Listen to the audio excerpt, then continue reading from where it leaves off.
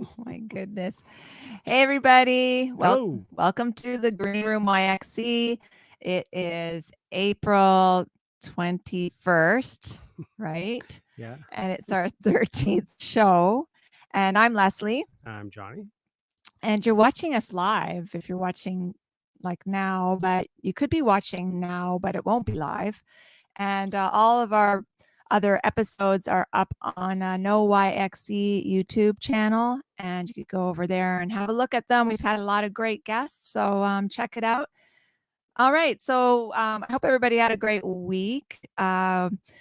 We had a busy week. Been getting ready for our streaming, our live streaming, Tucker Yeah, Lane's live streaming show. yeah, it's a bit of work, eh?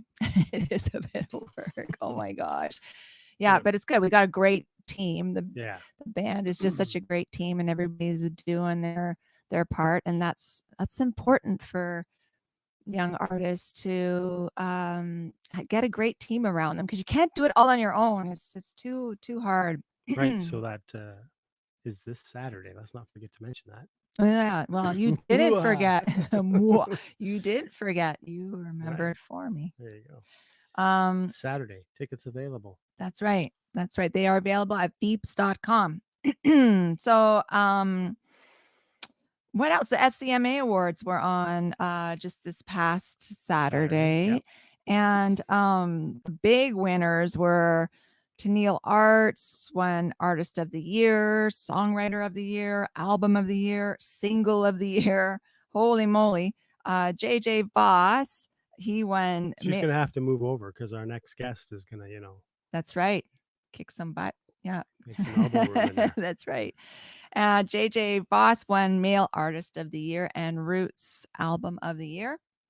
And the Hunter Brothers won big time. Group of the Year, Video of the Year, Interactive Artist of the Year, Fans Choice of the Year. Those guys, wow, holy moly, on fire. Like every year for the past, like how many, like 25 years or something. No, I'm joking. No, just joking. Yeah, they would have really good skincare products if that was true. There'd have to be some sort of rule. Yeah. I think there is. Is there a rule? Yeah. And also, Caitlyn Laner won Emerging Artist. That's pretty cool because we were involved in the making of her single Red. Tucker Lane was the band. That's right. Tucker Lane was the band. Johnny and I produced the track, and I co-wrote the song with Caitlyn. So that's awesome that she won. Congratulations. Congratulations to all the winners and all the nominees. And Bart McKay. He won Best Record Producer and Best Studio, and he's bloody awesome. So yeah, we love him. Other things out there in music news. Bob Lanois, sad news. Bob Lanois passed away, and Hamiltonian, like huge in the music scene, like Grant Avenue Studios. He's the brother of Daniel Lanois. Jocelyn Lanois, was that his sister or was that a cousin or something? I don't know. Yeah, I don't know. I don't know. I recorded many years ago in Grant Avenue. Yeah, we did. Did you? Yeah. Did we too? Yeah. Oh, yeah, that's right. What am I thinking? Okay. So yeah, they said there was a ghost there. Remember? That's right. Yeah. No kidding. It was haunted. That's right. Oh my gosh. It's all coming back to me now.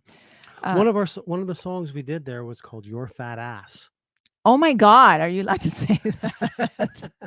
Well, it could be talking about a burrow. Yeah, that's true. That's right. It was one of our kind of punk songs. Yeah, it was a punk song.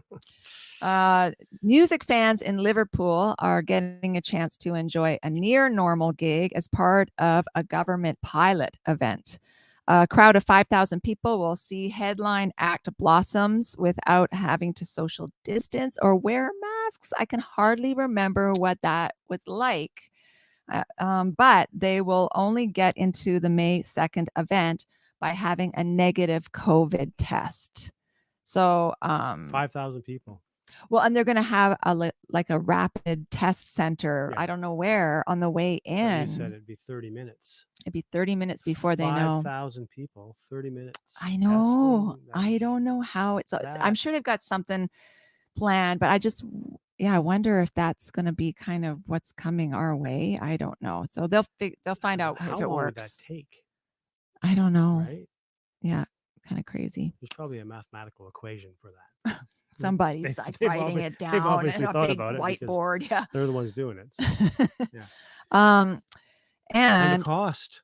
Oh the my God, the cost to promoters for that? I But know it's a government thing right now, I guess. it is a government thing. So we'll see how Yikes. that turns out. And there's a vinyl crisis, right? Because there's not enough pressing plants to cope with the demand for vinyl. Like vinyl has been doing amazing during the whole pandemic, and before even then, it was, you know, kind of doing really well. We love our vinyl here, but vinyl sales have gone up everywhere, but there's no new large pressing plants built in the last decade. People, I guess, weren't sure if the vinyl revival was going to stick, but I know Julian, our son, he buys a lot of vinyl. Some things he buys, you know, to be shipped, and everything's just like it's 4 or 5 months for him to wait for his album to get here. So well, yeah, one of we're the seeing record it. stores called him today with an album that he ordered in September. I know. It just showed up. It's crazy. So going back a bit, just this day in history, 1960, Dick Clark testifies before Congress and admits that he took money and gifts to play records. Used to be called payola. Whoa, shocking. Yeah. Oh, wow. That doesn't happen. Anyway, in 1969, the Boxer, Simon and Garfunkel's single came out. Beautiful song. In 1970, Elton John made his solo debut when he opened for T-Rex in London. Wow. Like, who would have been at that show? That would have been amazing. That was, yeah. 1990, Sinead O'Connor's Nothing Compares to You hits #1 in the U.S. Written by Prince. That's right. Yep. In 2003, Nina Simone dies at age 70. And also in 2003, EMI and Universal Music sues Napster for copyright violations. Those were crazy times at Napster. That Napster, hey, changed a lot of things for all of us. Yeah. Some good, some positive out of it, obviously. Sure. In 2013, Christina Amphlet, front woman from the Divinyls, she died at 53. Wow, that was sad. 13. Yeah, that was breast cancer. Yeah. 8 years ago already. I know. In 2016, on this day, Prince died from a fentanyl overdose at age 57. Still a young dude. Yeah, like... Yeah. Iggy Pop, on birthday's side, Iggy Pop turned 73 today, and he's still rocking and rolling. Remember when we saw him in New York City?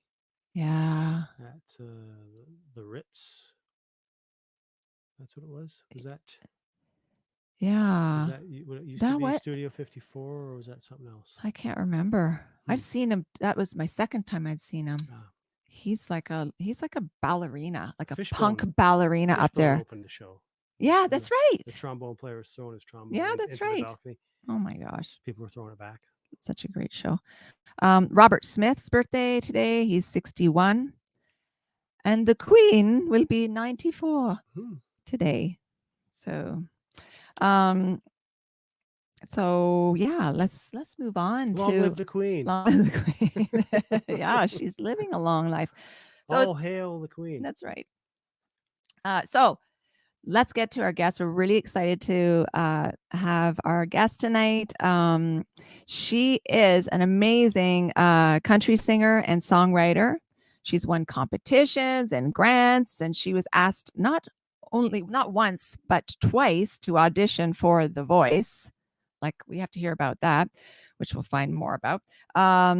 She was named Emerging Artist of the Year in 2019 at the Scma Awards. And in 2020, she released her single, I Wish You Would, which had over 100,000 streams on Spotify in just over 3 weeks. Wowza. She's got a new song out and a new video coming soon. And she just moved to Nashville not that long ago. So we're really excited to ask her about all of that. We're very excited. Please welcome to the show, Shantaia. Hi, guys. Hey. Look at you. Thanks on the show. It's awesome to Thanks see. for having me. Oh my gosh. We have so much to ask you. How are you doing today? That's my first question. Just how are you doing today? I'm doing good. It was a chill day. I did some shopping for my new apartment that I'm moving into, and Wow. it's just been a good day. That's a good day. That's a really good day. Cool. Where's your apartment? Is it centrally located? Are you right in the middle of everything, or? Yeah, actually, right now I'm in East Nashville, and I'm moving like right downtown. So I'm really excited to kind of be close to all the action. That's super exciting. Yeah, you got to be close to the action. Yeah. Come on. Yeah. Yeah, you didn't move down to Nashville to be in the suburbs. You Yeah. went down there to be right there. So Exactly. yeah. So I'm actually going to be living in like an artist building, so it's going to be really cool. Lots of opportunities. Oh, no kidding. Awesome. Yeah. So where are you originally from here in Saskatchewan? I was born and raised in Spiritwood, Saskatchewan. And then when I was 16, I moved to Saskatoon and attended Walter Murray Collegiate for grade 11 and grade 12, graduated, and kind of made Saskatoon home for a little while, lived in Toronto for a bit, and then back to Saskatoon, and now Nashville. So just crazy. Yeah, like I think the song Running Back to Saskatoon, like applies to so many people for some reason. Yeah. You came back to Saskatoon. Tons of people come back to Saskatoon. But and I went to Walter Murray too. That's right. He went to Walter Murray really? too. No way. That is so crazy. I love Walter Murray. Yeah, and our son's going to be going. Well, he is going to Walter Murray, but he did online learning this year. But that's his school too. So yeah, amazing. So going back to your childhood, did you have a musical family, or was that just it was you? Like where did it all come from? Because I know we've read your bio. We see like you started out so early, like at the age of 3, singing lessons. What the heck? So tell us about that. Yeah. So my cousin Riley Siebert was playing guitar, singing, doing all the competitions across, Western Canada, if not further. And he was doing all his thing, and my parents kind of just realized that I was a talker, and I could, was doing all those things at a young age, and they put me in singing lessons. And then soon after followed guitar lessons with Riley at 6 years old. So it was a bit of a musical family. My mom sang a little bit when she was younger, but she was really shy. So my grandma always tells me about that. Like, oh, she was so shy. She never wanted to sing for anybody, but she could sing. So I definitely was never shy. So I think they saw an opportunity in that. That's awesome. Wait, so Riley Siebert, why does that name sound familiar to me? He's a Saskatchewan singer. Yeah. Right. Well, and okay. So Brody Siebert is his younger brother. That's my cousin as well. So. Yeah. Wow. Okay, so you totally have it in the family for sure. Yeah. Holy moly. So is it all kind of like, so it was country music, right? Right from the start. Like, was that something that your whole family was into, country music? Yes, definitely very into country music. But I started in classical singing lessons. So I was taking my Royal Conservatory of Music up until grade 8. And I started, I think, taking my exams probably around 7, 8 years old, but took lessons, from like age of 3 till I was 16 when I moved away. And then I joined choir at Walter Murray for a year. And just definitely musical family. But I did the classical stuff for a while, and then did my country music kind of in my own time. Cool. That's awesome that you got the classical thing as well, right? Yeah, just like you at the conservatory. Yeah, same with me. I did the Royal Conservatory, and it's just good. It's good training. It's just a good foundation to have, right? It is. I like hated it in the moment, especially as a kid. Like my parents telling me to practice music that I didn't necessarily love to sing. I was listening to pop and country, and then my parents telling me to go to my room and practice my classical stuff because I had another exam coming up or music festival coming up, and I didn't like it. And as I got older, I started to just have an appreciation for it, and it really helped me develop vocally and stage wise, performance wise, in my country music for sure. Yeah, no kidding. Right on. So what were your what was one of the first artists that you saw perform or you listened to that was kind of like that's it, like that's who I want to be like? Martina McBride. She was a huge inspiration for me, and I think I was about 8 years old. My mom took me to a concert in Saskatoon, and we were row 32 on the floor. I can't believe I still remember that, but that's so crazy. But I was so small, and all these people are standing up, and I was standing up on the chair to see Martina play. And one of the security guards grabbed a Martina pick, which I still have, and come in and gave it to me. So that was when I still look up to Martina. Saw her on the ACMs, and I just, it just get chills. Yeah, no kidding. That's the one woman singer who was gonna do shortlist one of our songs. Yeah, we had it was a short list and had one of our songs that she was going to do on her album. And oh my God, that just gave me chills. We didn't get picked. We didn't quite get quite picked. You were considered. It was considered. We were 20. We were in the 20 but we didn't make the 12. Yeah. Anyways, that's so cool. I got to go back to the piano you guys played, right? Like my family, small town Saskatchewan. At some point, I don't even know if I was born yet, but my older brother and sister, my parents thought it would be good to put them in piano lessons, except we didn't have a piano. How do you practice? Well, they practiced on the table with the paper with the keys drawn on the table, and then they go to their lesson. It didn't. My sister stayed with it, but my brother was like, Oh, it's kind of funny, but kind of sad. That's dedication, though, too. Like, if you think about that. Yeah. Talk about when your parents tell you go practice, you're just like, what are you talking about on the? Yeah, you can't even hear it. You're like, okay. Oh my goodness gracious! Hey, don't play chopsticks. Actually, it'd probably be a good thing for the parents because then they don't get to hear you play over and over a song over and over again. Yeah. Right. Oh, that's funny. So were you the kind of kid that carried your guitar everywhere? Was that like, on your back everywhere you went, and just every minute you got a chance to sit down and play? Yeah. I mean, I think like living in a small town, it was weird because like I had to go travel far and wide to, oh wow, that is such an old picture of me. That's hilarious.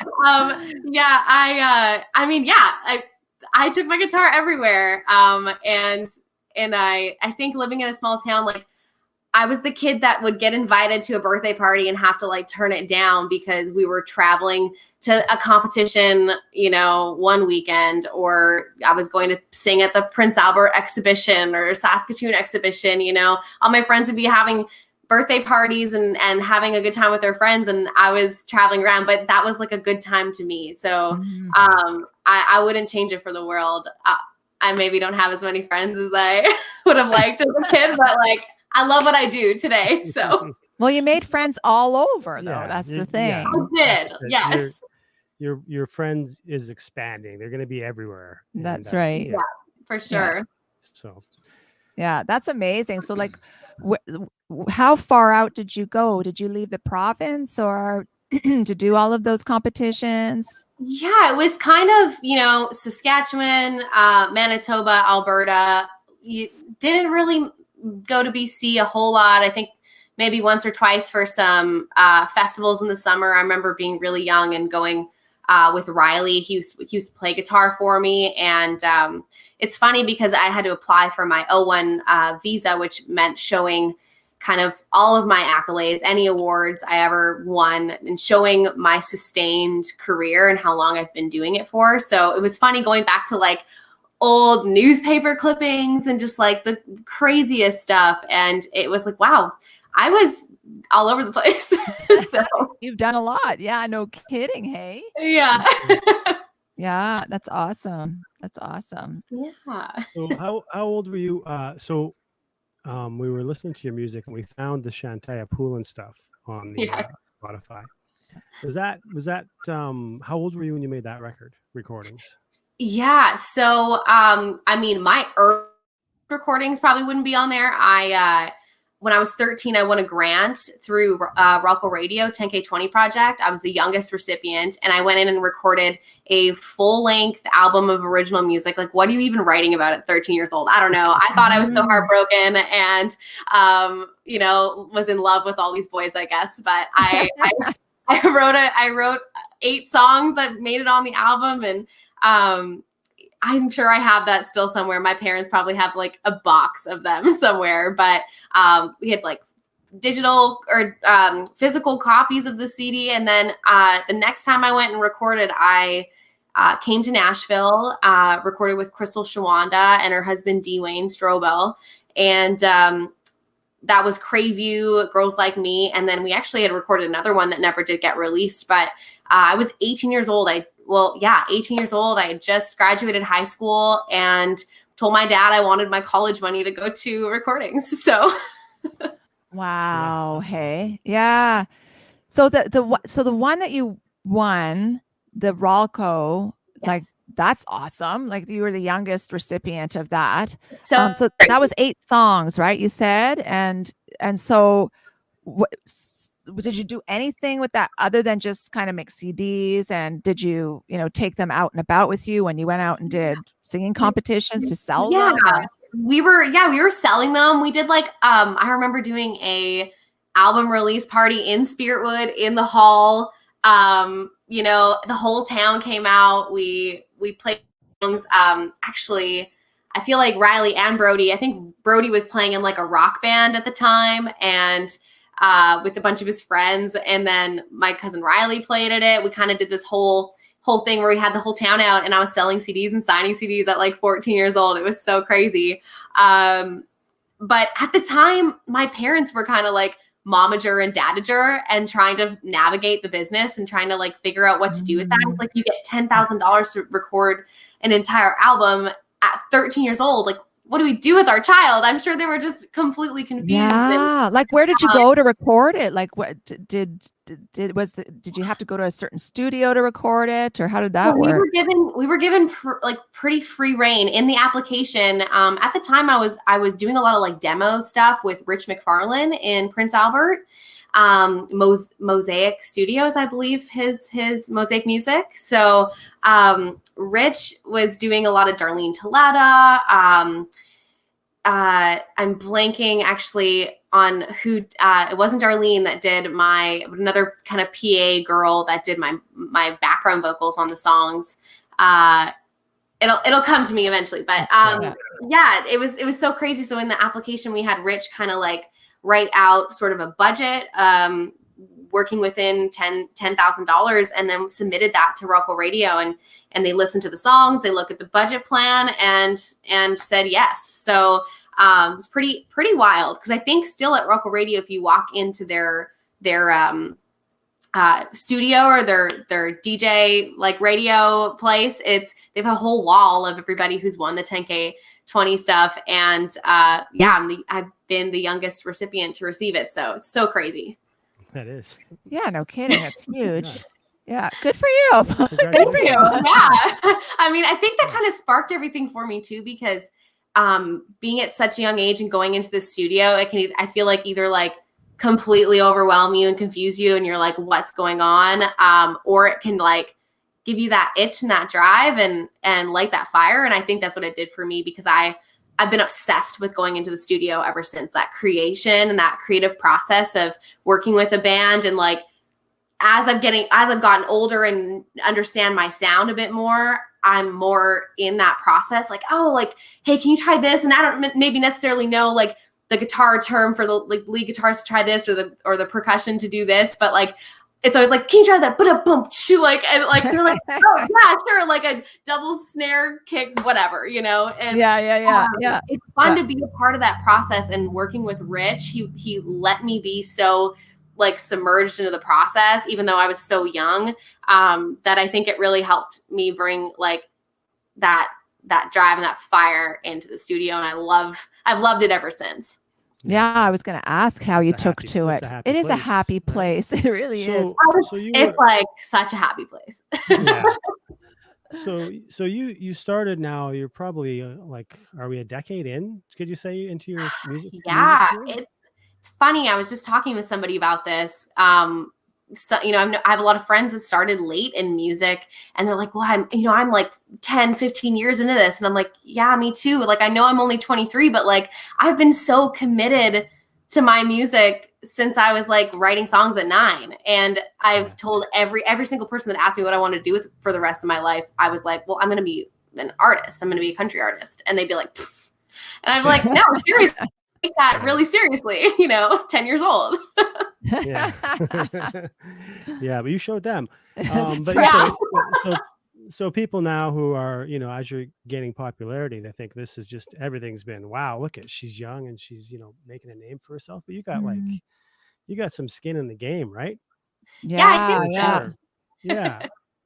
So being a kid and going to these contests and being into all these situations, you must have seen a lot of stuff happen, behind the scenes. And is there Yeah. anything that you that guides you to be, just present at every gig and just, straight down the middle and not getting too upset or not getting like, Yeah, don't crazies? get Or what thrown. balances you now that you've seen so much in 10 years and being so young?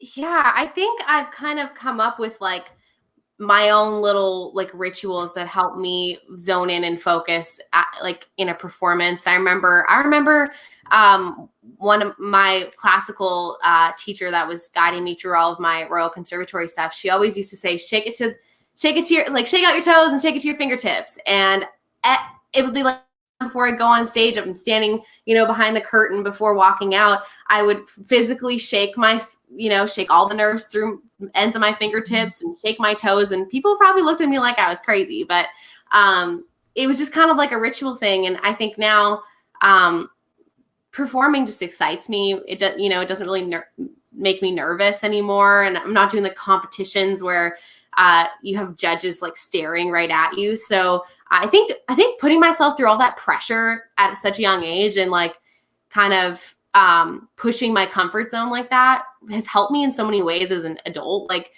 moving to Nashville and, at one point moved to Toronto, and I just was pushed past the fear and pushed out of that comfort zone and like learn how to navigate and just be independent and like trust your gut.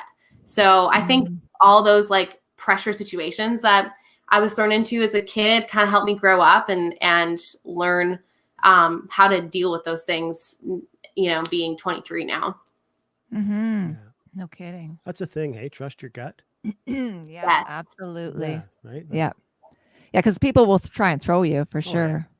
And suggest all kinds of things, but just sometimes, it just doesn't feel right. So, yeah.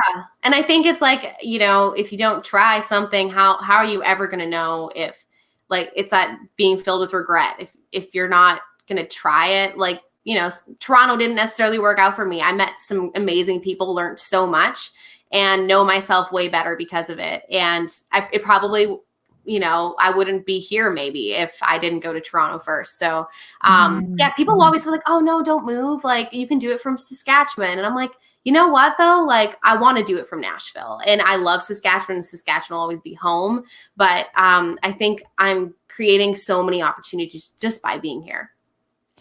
Yeah, no, for sure. Yeah. And you just like, you always say people that just go for it. We have a lot of artists on here, every artist we've had on here or any business person on here is just people that just go for it and just try things. Mm-hmm. And it's true. You don't know where it's going to lead you. Like you don't necessarily know where it's going to lead you, but that doesn't matter. Like that's not the end game, it's just like Toronto is just kind of like en route to wherever you were going to go, right? 100%. Yeah. And I'm thankful for that experience. It was very characterizing. It really helped grow my character and just helped me grow in general as an artist, learning my sound, just being around people who inspired me and drove me. So everything is always, it's always a part of your journey. And I just think that everybody's journey is different.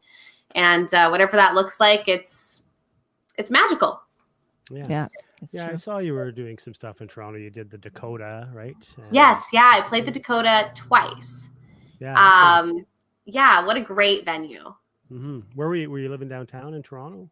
Actually was living outside of town. I was in Oshawa and commuting in. That explains it. Yeah. They call it the dirty schwa. Like everybody who knows Oshawa. And I was like, I've met people here that are from Toronto, and I'll be like, yeah, I lived outside Toronto for a little bit. They're like, oh, where? And I'll always say like Oshawa, and I just see the look on their face, and then I'm like, you know what's up. I know it's true. Well, we're from Toronto, so we get that whole Right. reference for sure. And yeah, we have friends Your sister too. lives in the Schwa. Yeah, and they're just like, I don't want to hear about it. You know. Right. It's like when I was living there, I was like, don't tell me it's great, it's fine. And then like looking back, I'm like, okay, like, yeah, they're right. I met so many amazing people though in Oshawa. So like no hate at all. Yeah. Absolutely. Yeah, it's all Yeah. good. Yeah. Yeah. Sure. So was there a reason you dropped your last name? Yeah, I had it on my mind for a little while, and the management team that I was working with at the time was, that was I feel like it was a great thing because I think my name is so unique and stands on its own that my dad always makes, jokes at me and he's not very happy that I dropped his last name from my surname.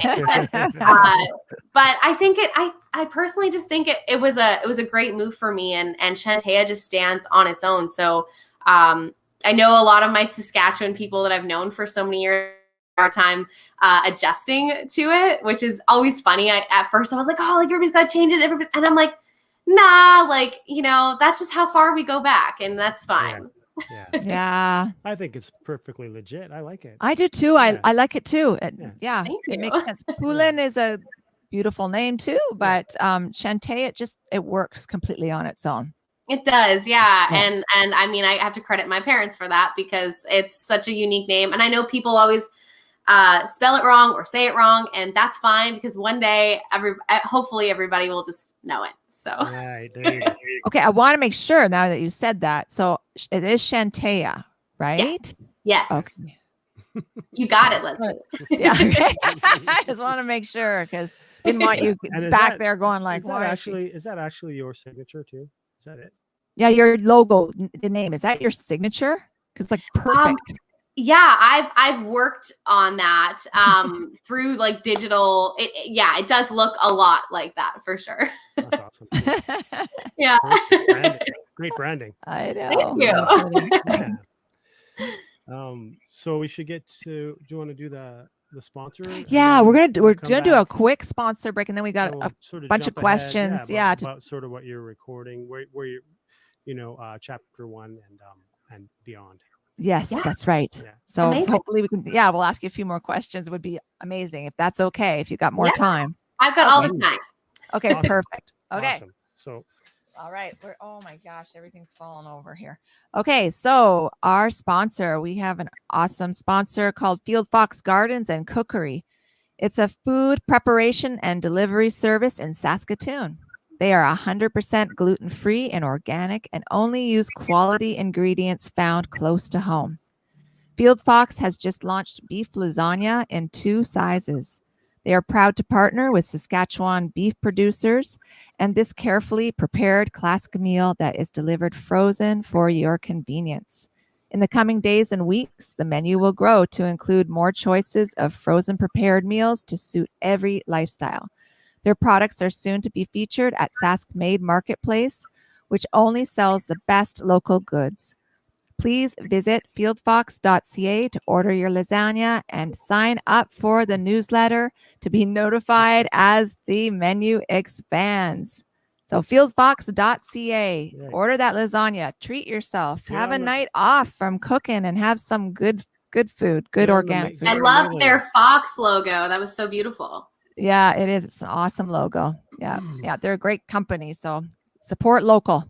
Amazing. Hey, so first off, your new song, that's kind of burning up the charts right now, right? Oh, that's awesome. Yeah. Yeah, this is my highest charting single yet. So we just had some good news today. Another station added it to rotation and out in Ontario, and just it's very exciting. I've got a music video coming out for it soon, and we just sent some little packages out to radio as a thank you for everything and all the support, especially over the last year and a half. I think I had been planning releasing music for so long, and then COVID hit, and I'm the kind of person that says, well, I'm not going to let anything stop me. So I just continued to put music out and just followed along with my plan and hoped for the best. And I think it really, benefited me, especially leading up to this third single now.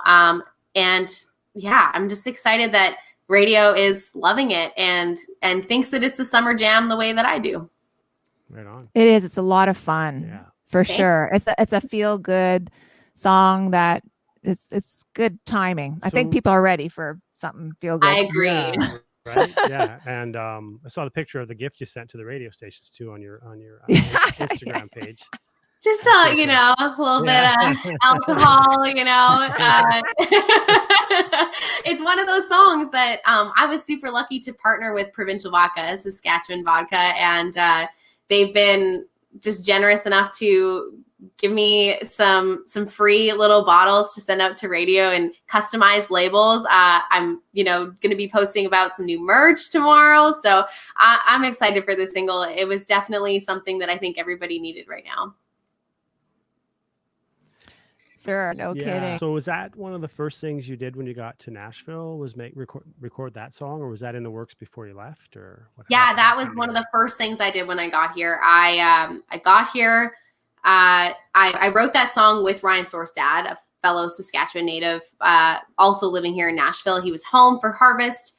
October 2019 came in, wrote the song with me in Saskatoon, and then ever since we wrote it, I've been like, that's got to be a radio single, and I kind of was holding on to it. Decided that when I moved to Nashville, I was going to find a producer here. Went through Ryan and some other friends here, Golden West. They're a duo in town from California. They've known Grady Saxman for a very long time, and hooked us up. And Grady is incredible. He drums on Luke Combs. He drummed on Tennille Arts, is somebody like that. That's like top 5 at US radio right now. So Grady's an incredible drummer, but he's also been producing for the last 10 years, and he's starting to sort of, soar up there as a producer as well. So I'm really fortunate to be working with him. For sure. Oh, yeah. That's awesome. And you've got a new video coming up as well, right? Yes. Worked with a Canadian on this one, Ryan Nolan. And he's done a ton of the Rec Laws, Jade Eagleson. He just did one for Terry Clark recently. Legend, So it's just cool to work with him. We worked at one location, Hopsmith, here in Midtown, and used the bar upstairs, got some really cool shots, and then came back to this house that I am sitting in right now in East Nashville with a big backyard. I don't know if you guys saw the teaser post from the other night, but it was just a party video, and it's got a lot of funny little gimmicks and like some humor to it. So it's very entertaining front to back. So I'm really excited for everybody to see it. Yeah, it was a good little teaser clip. We saw that. Yeah. Are you? Did you find that the's a lot of Canadians down there around? There's so many. We're taking over, Johnny. I mean, like the minute I got here, my roommate is Crystal Lee from Sons of Daughters, and right now I've got Chris Buck just hanging out at the house. Hang out with Tennille Arts a lot. Mallory Johnson, Molly Brown. There's so many here. Ryan Sorstad, another one. Did some writing with Jason Blaine, Patricia Conroy. There's so many of us. And it's kind of gives you that sense of home when there's so many Canadians around. It's like we all have each other's backs, and if anybody was ever in trouble, like, you just know there's probably a Canadian that you can call to help out. So yeah. Oh, that's great that you have that community sense down there. That's amazing. For sure. Yay. And it's cool because I'm starting to like connect with different groups. They've all found their groups and their people, but I've kind of been like submerging myself into all of them, writing a ton with Vanessa Marie Carter, and went to her birthday, and Madeline Merlot is there, just it's just such a vibrant Canadian community. Yeah, no kid. I have to also hook you up with a friend that I have down there that I wrote a couple songs with that's on the Tucker Lane album. Lindsay is down in Nashville. She's a lyricist. Amazing. Yeah. Well, yeah. Have to hook you guys yeah, up. Yeah, she's awesome. Down she's awesome. Anybody for sure.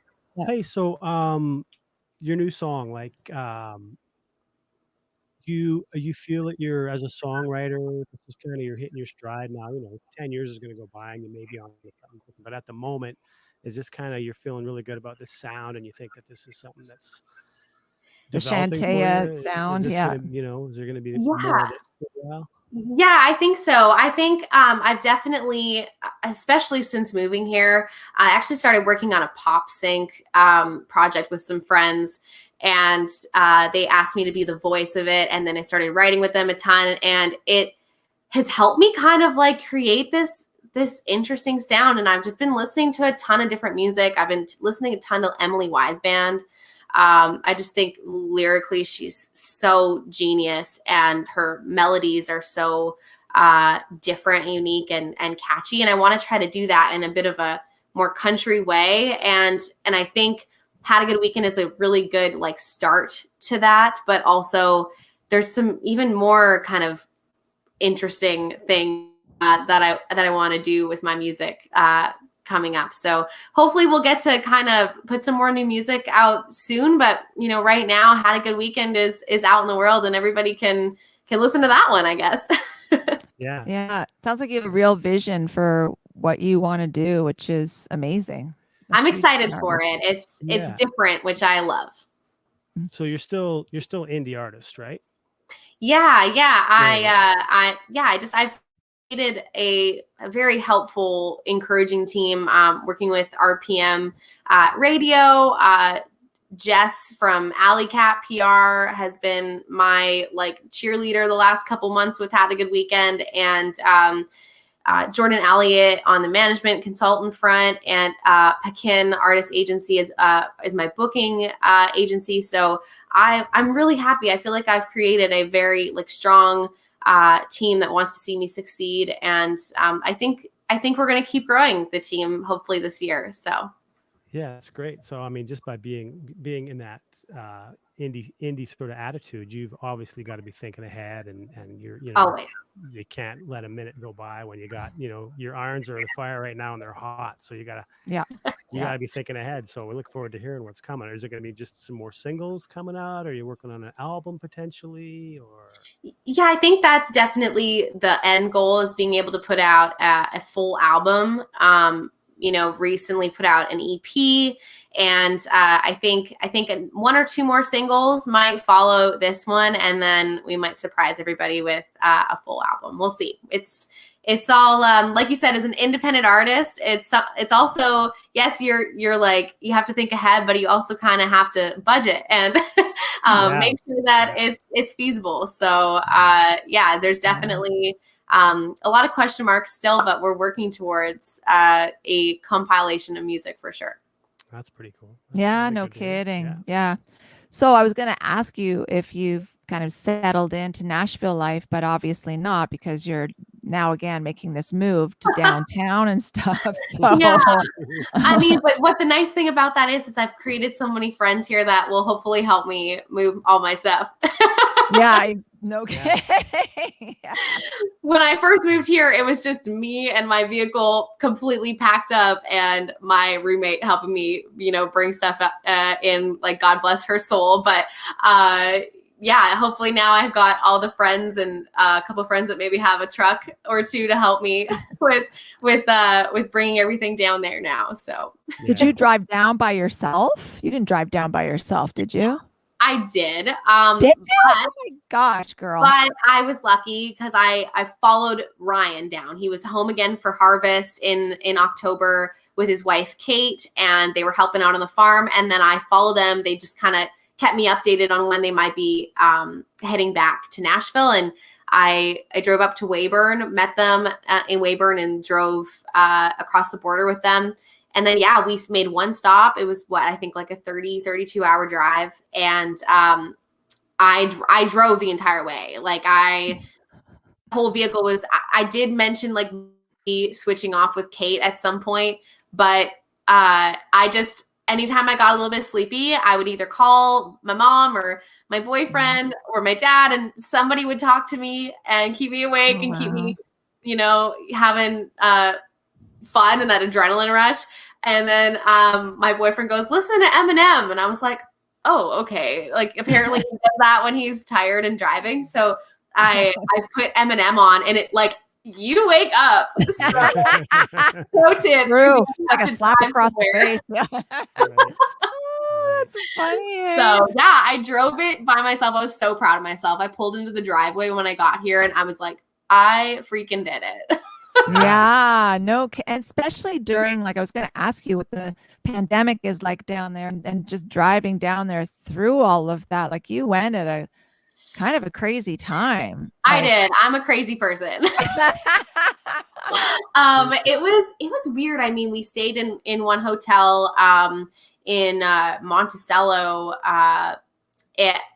just outside of St. Paul, Minneapolis sort of area there. And it was weird.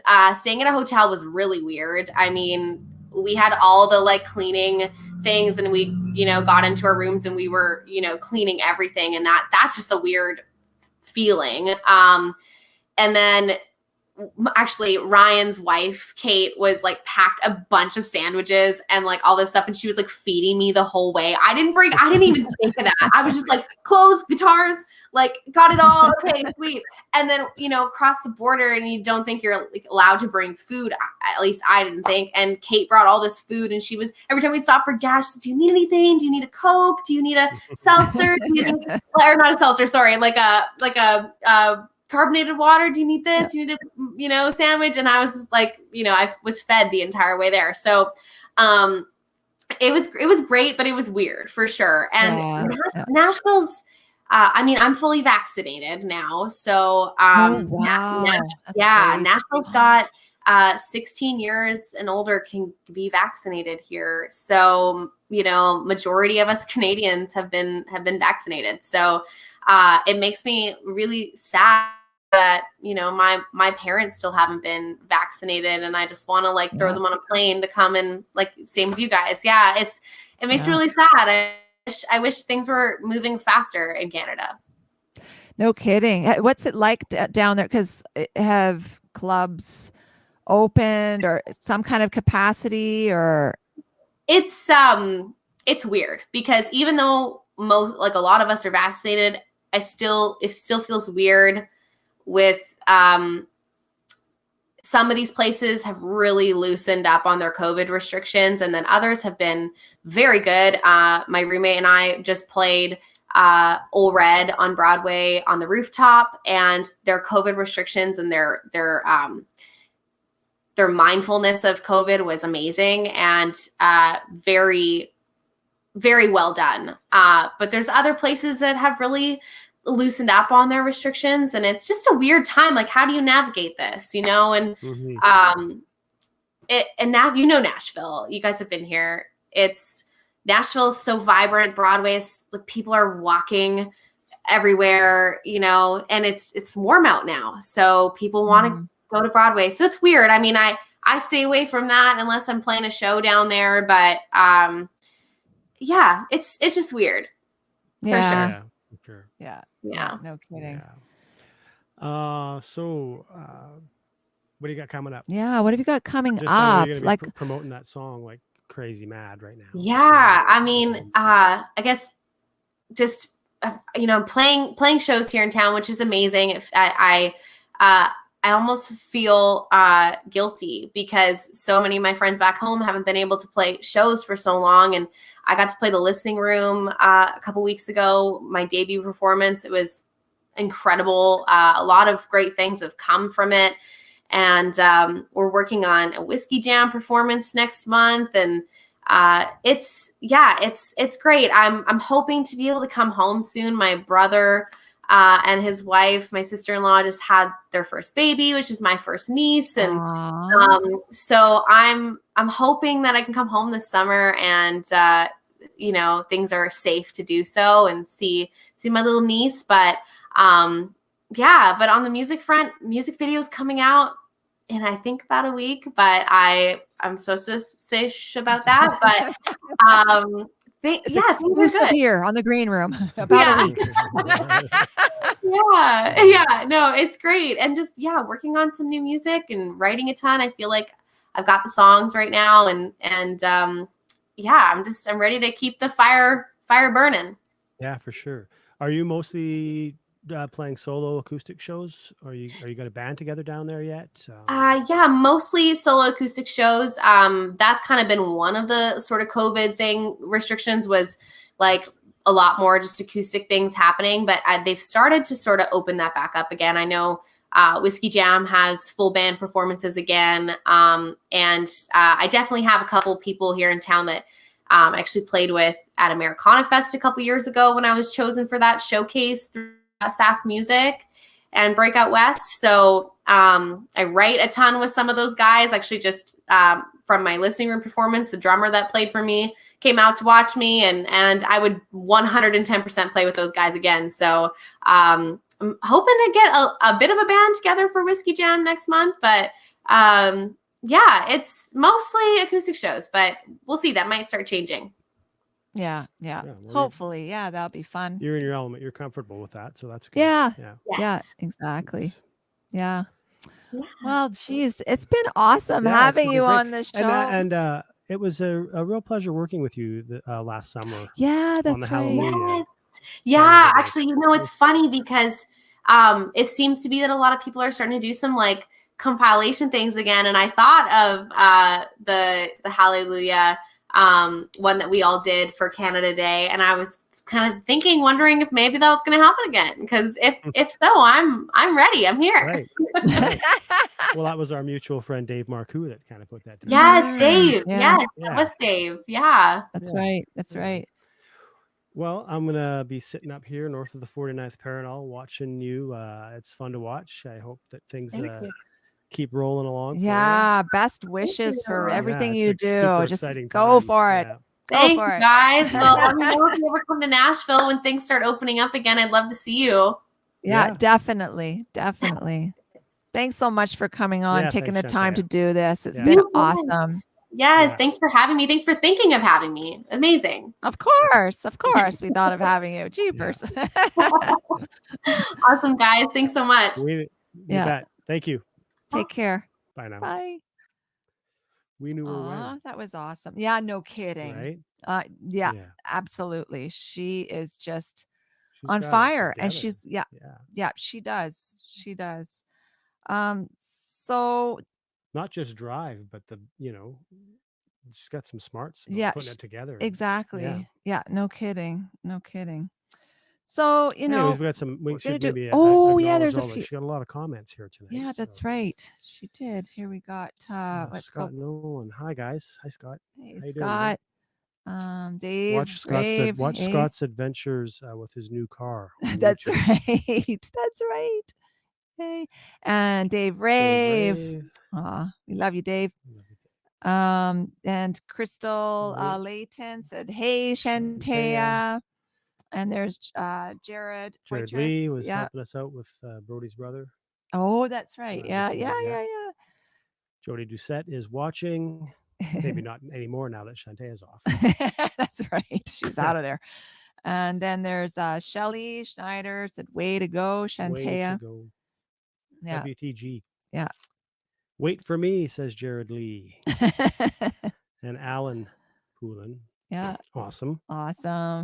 Hands clapping. Jody Doucette, great job. So Is that it? we're gonna do a show. We're gonna do a show wrap. Was there another one? Yeah. Well, we usually talk about what's going on around town, and I know we are going to be talking about a lot of things that are going on around town soon. I just know it. Vaccinations are rolling out, and everything's gonna start getting back to. We're getting back out there again. We want to thank our guest Shantaia, of course, for coming on the Green Room YXE. It was awesome. Yeah, it was fun. It was awesome having her. And we want to thank our sponsor, Field Fox Gardens and Cookery. Order that lasagna. Order that beef lasagna now. Give yourself a break for a night of cooking.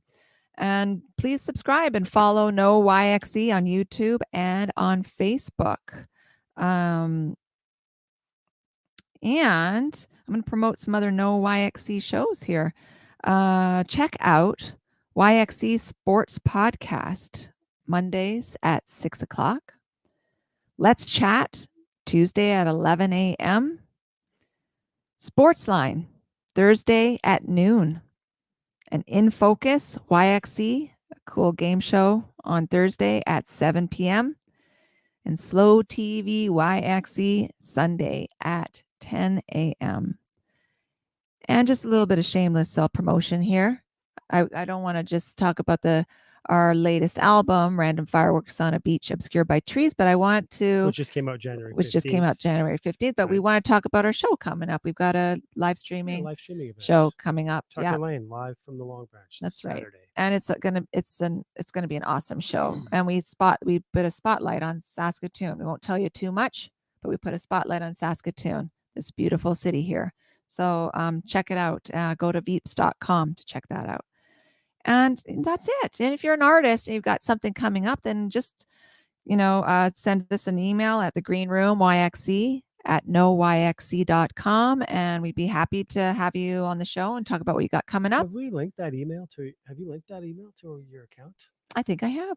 Good, because I have not. Yes, so. I did. I think I did. Now I have to check that after we get off here. So hope you guys have a great week, and see you next Wednesday at 7. And keep rocking and rolling.